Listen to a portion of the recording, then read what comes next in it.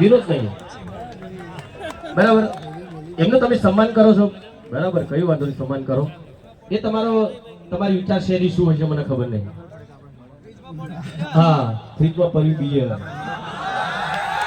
કોઈ કલાકારનો મને વિરોધ નથી, પણ કલાકારોને પણ કહું છું, હવે આપણા ગુજરાતમાં તો દારૂ બંધી છે, તો તમે આવા ગીતો પસંદ તો યાર સરકાર તમને સન્માન કરે છે તમારું, આ કેવું કહેવાય યાર, એ કહું છું, કેવું કહેવાય. તમે નહીં માનો, જે તે ટાઈમે જય ચાવડા બહુ સારા સિંગર છે, એમણે એક સરસ મજાનું સોંગ ગાયું હતું, હાથમાં છે વિસ્કી વાળું. એ પછી એ સોંગ મને ગાવાનું કીધું. એ સોંગના જે રાઇટર હતા એમણે કે ભાઈ વિક્રમભાઈ આ સરસ મજાનું સોંગ છે, જય ચાવડાએ ગાયું છે, બહુ સારું ચાલ્યું. તમે ગાઓ તો તમારો સંવાદ મોટો છે તો વધારે મજા આવશે, વધારે લોકો જોશે ને વધારે સફળ થશે. ત્યારે મેં કીધું કે ભાઈ જો આવા સોંગ ગાવાથી સમાજ બગડતો હોય તો આવા કોઈ વ્યસન વાળા સોંગ હું જિંદગીમાં નહીં ગાઉં. ને અત્યાર સુધીનો રેકોર્ડ છે, તમે જોજો, મેં એવું કોઈ પણ સોંગ નથી ગાયું જેનાથી સમાજને ખોટી લાઈનમાં. ઘણા લોકો કહેતા હોય કે આ તો લવ સોંગ ગાય છે, નોનસેન્સ તેમ છે, રાધા રાધા કરે છે. ભાઈ એમાં કોઈ ખોટા શબ્દો છે? હા, એક વસ્તુ આ પ્રેમના ગીત પ્રેમનું પ્રતીક છે, રાધા કૃષ્ણનું પ્રતીક છે. પ્રેમ ગીત એટલે શું છે ભાઈ? આ બધા એમ નહીં, આ હિન્દી બધા ગીતો ગઈ છે બધા, બરાબર. ઇન્ડિયન આઇડલ જોવો છો તમે, બહુ નાના નાના કલાકારો, મારા જીગર કરતા પણ જીગર જેવા કલાકારો, મસ્ત સુંદર મજા. સાસોं की जरूरत कैसे जिंदगी के लिए, एक सनम चाहिए आशिकी के लिए, बराबर કહ્યું એને. તો એ ખોટો થઈ ગયો. હવે લવ સોંગ કહો કે તમે અરે ભાઈ કલા છે, કલા છે, બરાબર. તમે કોઈ કુમાર શાનુને બોલાવશો તો એ ભજન ગાશે? હા, ખોટી વસ્તુ છે ને. એની જે કલા હોય પ્રદર્શિત કરશે ને ભાઈ. તો અમે કલાકાર છીએ, અમારી આ કલા છે, હારી લોકગીતો ગાઈએ છીએ, સાથે ભજન પણ ગાઈએ, સંતવાણી કરીએ છીએ, માતાજીના ગરબા પણ ગાઈએ છીએ, સમાજ માટે. સમાજ જાગૃત થાય એવા વર્ષો પહેલા અમે ગીતો ગાઈએ છીએ. જાગો જાગો ઠાકોરો જાગો, આવા ગીતો ગાઈએ છીએ. ભાઈ બહેનનું ગીતો ગાઈએ છીએ, અમે મા બાપના ગીતો ગાઈએ છીએ, બાપ અને દીકરીના ગીતો ગાઈએ છીએ. એ તમને નહીં દેખાતું ને તમે ખાલી પેલું લવ સોંગ, અરે લવ સોંગ, એ બધી ખોટી ખોટી વાતો ના કરશો, અમને પારવાની કોશિશ ના કરશો ભાઈ, બરાબર. અમને પારનારા પડી ગયા છે, એટલું યાદ રાખજો. એટલે સરકારને મારી ખાલી એક જ વિનંતી છે કે આવા લોકો આયોજકો છે જે અંદર ઘૂસી ગયા છે સરકારમાં, એવા લોકોને તમે સબક શીખવાડો, એમને થોડી ટકોર કરો. કાઢવા તો કાઢી નાખું, હું એવું ના કહું, મારાથી ના કહેવાય, બિચારા એમનું જે બી હોય કાઢતાની પણ ટકોર કરજો. અને આગળ આવી કોઈ સારી સારી ફિલ્મો આવતી હોય કોઈ પણ કલાકારની, હું છું એ તો જે બધું બદલે સરકાર તો બરાબર છે, પણ આપણે કોઈ વિવાદની વાત નહીં કરી. તો બસ મારું તો એટલું જ કહેવું કે સરકારને વિનંતી કરું છું કે ભાઈ આ બધું થઈ રહ્યું છે તો તમે ધ્યાન આપો, નહીં તો આગળ જતા તમને પ્રોબ્લેમ થશે. ચોખ્ખી વસ્તુ. હા, અને જો અહીંયા કોઈ ધ્યાન આપી શકતો તો મોદી સાહેબ ને તમે ધ્યાન આપજો, અમને થોડું કહેજો અહીંયા. હા, એના હજુ 24 કલાકમાં 5 મિનિટ બાકી છે. કાલે જયારે મૂકીને અને એટલી સંખ્યામાં એ 24 કલાકની અંદર કેટલી સંખ્યા ભેગી થઈ છે એક ઠાકોરના નામથી.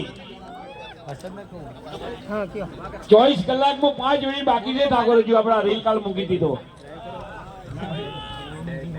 હેલો,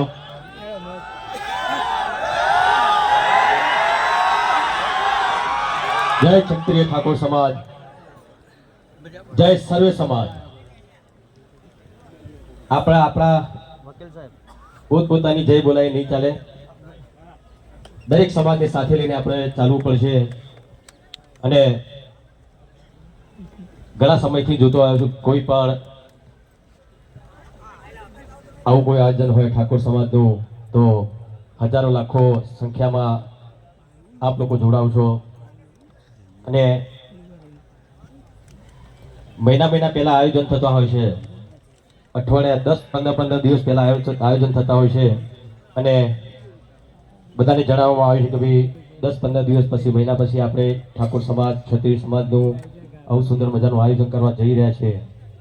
ત્યારે આટલી સંખ્યા ભેગી થાય છે. જ્યારે ખાલી કાલે જ એક રીલ મૂકી મેં ઇન્સ્ટાગ્રામમાં, એમાં પાસે ખાસ યુવાનોને જ ખબર હોય, બરાબર. અમારા વડીલોને તો ખબર નહીં હોય કે આ ઇન્સ્ટાગ્રામ હું છે, હું રીલ છે, કઈ ખબર ના હોય. તોય તમે જુઓ આટલા બધા મારા ચાહકો, ઠાકોર સમાજ, ક્ષત્રિય સમાજ ને બીજા સમાજના પણ બધા મારા ચાહકો અહીંયા ઉપસ્થિત રહ્યા, કલાકારો ઉપસ્થિત રહ્યા. એ જ મારી તાકાત નહીં પણ આપ સૌની તાકાત છે.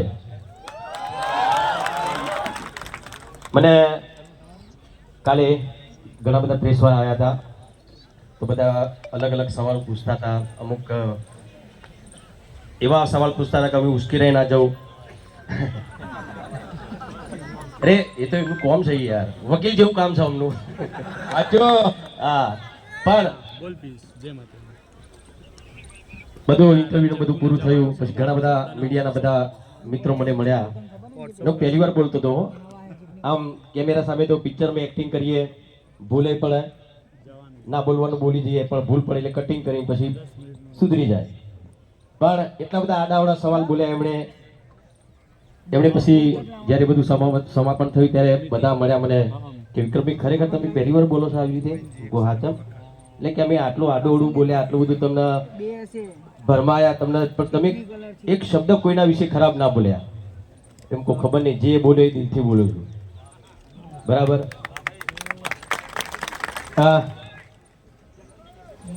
લંડન થી મેસેજ છે, હું ચલાવું.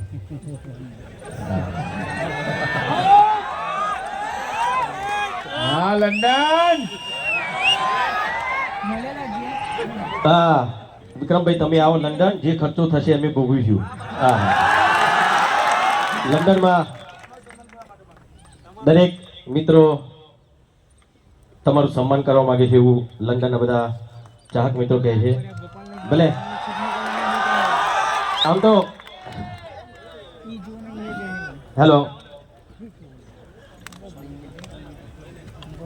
ઘણા વર્ષોથી ફિલ્મ લાઈનમાં છું. 2006 તમને ખબર હશે, મેં મીડિયા સામે પણ ઘણી વખત વાત કરી. ને 2007માં મુખ્યમંત્રી મોદી સાહેબ હતા ત્યારે મારી ફિલ્મ રિલીઝ થયેલી પ્રી જન્મની ભૂલાશે નહીં, આપ લોકોને ખબર હશે. તો એ ફિલ્મ માટે મને બેસ્ટ એક્ટરને બેસ્ટ ફિલ્મ એવોર્ડ એ વખતે મોદી સાહેબ હતા, એ વખતે મને મળ્યો હતો. ત્યાર પછી અત્યાર સુધી કશું મળ્યું નહીં. મોદી જતા રહ્યા પણ સરકાર તો એ છે ને. હા, એ વખતે એટલી સારી એક્ટિંગ પણ નથી આવડતી. કદાચ એવું બન્યું છે કે ઠાકોર સમાજના આવરી લેવા માટે પણ એવું કર્યું હોય, એવું પણ બને. પણ જે પણ હોય, પણ એ વખતે સન્માન તો કર્યું હતું ને ભાઈ. જ્યારે ઠાકોર સમાજ માટે 3 સેક્ટરમાં જગ્યા આપવામાં આવી ત્યારે મોદી સાહેબ ભાષણ કરતા હતા, ત્યારે હું ભાષણ બેસી રહ્યો હતો આવી રીતે. ત્યારે મોદી સાહેબે કીધું હતું કે વિક્રમ ઠાકોર ક્યાં છે? તો વિચાર કર્યો, માણસ કદી હું એમને મળ્યો નહોતો, એ પણ મને મળ્યા નતા. તો એમને એટલી ખબર હતી એ વખતે કે વિક્રમ ઠાકોર કોઈ છે. એ વખતની વાત કરું છું. ને તો અત્યારે એ જ સરકાર, તો એ સરકારના લોકોને ખબર નહીં કે વિક્રમ ઠાકોર કોણ છે. ચલો જવા દો એ બધી વાત, આપણે વાત નહીં કરવી, આપણે બધી વિવાદોમાં પડવું નહીં. હું પહેલાં કહું છું, આપણે વિવાદ માટે ઊભા નહીં થયા. આપણે દરેક સમાજના કલાકારોને માન સન્માન મળે એટલા માટે આપણે આ હું લાઈવ થયો હતો. ને આપણે જે અત્યારે પણ છે એટલા માટે છીએ. કોઈ ભાજપ નહીં, કોઈ કોંગ્રેસ નહીં. હા, અમુક નેતાઓ બોલે તો એમને તો બોલવું પડે બાજુ. હા, તો એમને તો મોકો જોતો હતો એટલે બોલી કાઢ્યું. એ તમારો વિષય છે, મારો વિષય નહીં. એ પણ એ મારો વિષય નથી. આમાં શું છે કે ભાઈ જે થઈ રહ્યું હતું એના પછી ઘણા બધા મારા પિક્ચરો આવ્યા. મા બાપના આશીર્વાદથી લઈને પ્રેમ ભરી તારું કેમ કરી ભૂલે, રાધા તારા વિના ગમતું નથી, અવતાર ધરીને આવું છું, ખેડૂત એક રક્ષક, એની પણ મીડિયામાં મેં વાત કરી જ હતી. હમણાં ટૂંક સમયમાં જ રિલીઝ થઈ હતી અને એટલી બધી ચાલી. રાતના 12 થી 3 ના શો પણ ચાલતા હતા. કલોલમાં આપણે થિયેટર છે, મલ્ટીપ્લેક્સ, ત્યાં ઘણી બધી જગ્યાએ લાખો લોકો એ પિક્ચરને પસંદ કરી અને ઘણા બધા એવોર્ડ થતા હોય છે બહાર. પણ એ બધા એવોર્ડ કેવા હોય છે ખબર તમને? પૈસા આપો ને એવોર્ડ લઈ દો, બરાબર. એટલે એ બધા એવોર્ડ હું જતો નથી. પહેલા જીવો તો એક બે વાર, પણ પછી મને ખબર પડી ગઈ કે ભાઈ મને તો બેહાય રાખ્યું છે, બધા જુઓ હતો હતી, હું જતો રહે તો બધું જતું રહેશે, એટલે બધાને એવોર્ડ આપી દીધા. પછી સમાપન કરી નાખ્યું.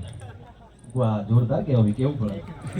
પછી નક્કી કર્યું કે આપણે એવા પ્રાઇવેટ એવોર્ડમાં જવું નહીં, પણ આ તો સરકારનો એવોર્ડ હતો ભાઈ. સરકારી એવોર્ડ મળવાનો હતો મને ખેડૂત એક રક્ષક પિક્ચર માટે. તો મને બહુ આશાઓ હતી કે ચલો ભાઈ એ તો બધા ખરીદીને એવોર્ડ લે છે બધા, બરાબર, પ્રાઇવેટ એવોર્ડ વાળા હતા, પણ આ તો સરકારી એવોર્ડ ને મારું ખેડૂત એક રક્ષક નોમિનેશન આ પિક્ચરનું થયું છે. બીજી ઘણી બધી પિક્ચરો હતી ને બધી ઘણી બધી સારી પિક્ચરો હતી ને પિક્ચરોને એવોર્ડ પણ મળ્યા ને બહુ સારી પિક્ચરોને એવોર્ડ મળ્યા. એ બધી વસ્તુ બરાબર છે, પણ આમાં અમુક કેટેગરી હોય કેવી, best hero, best singer, best music director, best actor, આ કેટેગરી બોલી ગયા, હીરો એક્ટર એક જ થયું, best director, best story, best fight, આવી ઘણી બધી કેટેગરી હોય નોમિનેશન જ્યારે આપણે પિક્ચર થતું ને કોઈ બીનું. તો તમે નહીં માનો, એ પિક્ચર તમને બધા ખબર જોઈ છે પિક્ચર. મારા માટે કહેવા નહીં માંગતો ભાઈ હો કે જોરદાર પિક્ચર હતી એવી, મારા માટે નહીં કહેવા નહીં માંગતો. હાથ ઊંચો કરી કહો તમે કેવી પિક્ચર હતી, જોરદાર, બરાબર. તો એ પિક્ચર સરકારમાં ગયું તો મને ઘણી પિક્ચર સરકારમાં ગઈ તો મને ઘણી બધી આશા હતી કે આ પિક્ચરને એક કેટેગરીમાં તો એવોર્ડ મળશે. એ વખતે એકે કેટેગરીમાં આ પિક્ચરને એવોર્ડ ના મળ્યો. તો આ ચૂક કોની કહેવાય, કોની કહેવાય? સરકારની, બરાબર, ઓકે, ચલો સરકારની.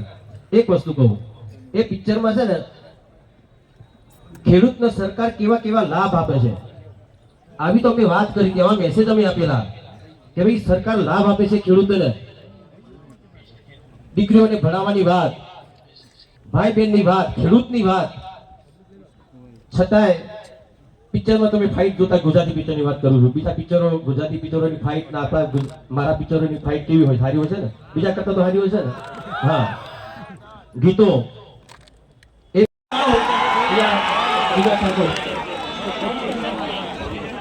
અને તેજલબેન ઠાકોર આવી રહ્યા છે અને દિવ્યાબેન ઠાકોર, એમને પણ વિનંતી કે સ્ટેજ ઉપર આવે. અમારા બેજલજી ઠાકોર આવ્યા છે.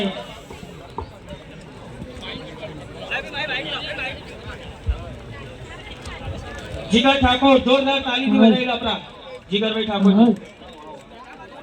અને જ્યારે અમારા વિક્રમ કાકાએ સમાજ માટે બેડું ઉપાડ્યું છે અને મારા તરફથી એમને જ્યારે જરૂર પડે, રાત્રે ગમે ત્યારે જરૂર પડે તો હું એમના માટે હાજર છું. અને આપણો સમાજ જે કહેશે, બધા કલાકારો અહીંયા હાજર છે, બધાના ઠાકોર સમાજ ઓળખતો જશે મિત્રો. તો આપણી સમજ આ તો જે ઠાકોર સમાજ કહેશે એ આપણે તૈયાર કરી જવા શકીએ છીએ. અને મિત્રો અમારા વિક્રમ કાકા માટે જોરદાર તાળીઓ થઈ જાય, કેમ કે એમને સમાજ માટે બેડું ઉપાડ્યું છે. અને ખાલી એક સોંગ બે લીટી ગાવા તો માગું છું. હે જાગો જાગો ઠાકોરો જાગો, હે જાગો જાગો ઠાકોરો જાગો, વેળા હવે બની છે. એ હે મારા વિક્રમ કાકા જાગ્યા, સમાજને જગાડ્યા, વેળા હવે બની છે. જાગો જાગો ઠાકોરો જાગો, વેળા હવે બની છે. આગળ અમારા મને ઠાકોર સમાજ માટે બહુ જ ગર્વ છે. હું ઠાકોર સમાજમાં જ પ્રોગ્રામ કરું છું અને વિક્રમભાઈ માટે ફૂલ સપોર્ટમાં છું. અને ખરેખર વિક્રમભાઈએ જે ઓબ્જેક્શન ઉઠાવ્યો છે એકદમ બરોબર છે. દરેકે ઠાકોર સમાજને સપોર્ટ કરતા રહેજો. જય માતાજી. બધા કલાકારોનું વિચાર્યું એ જ બહુ મોટી વસ્તુ છે કારણ કે આ બધાનું અમારું કુટુંબ છે, અમારા કલાકારોનું, એટલે વિચાર્યું એ જ બહુ મોટી વસ્તુ છે અમારા માટે. બસ વધારે બીજું કશું કહેવું નહીં. જય માતાજી. પહેલા કાર્યક્રમ નેતાનો થઈ ગયો, અભિનેતાનો કાર્યક્રમ છે. હા, અને નેતા અને અભિનેતામાં શું ફરક છે આ દેખાય છે એ દિવસમાં. હર્ષદભાઈ કીધું કે બધું ઇન્સ્ટાગ્રામ ફેસબુકમાં ખાલી ને ખાલી વિક્રમભાઈ દેખાય છે. હા દેખાતા રહેવાનું છે. Thank you.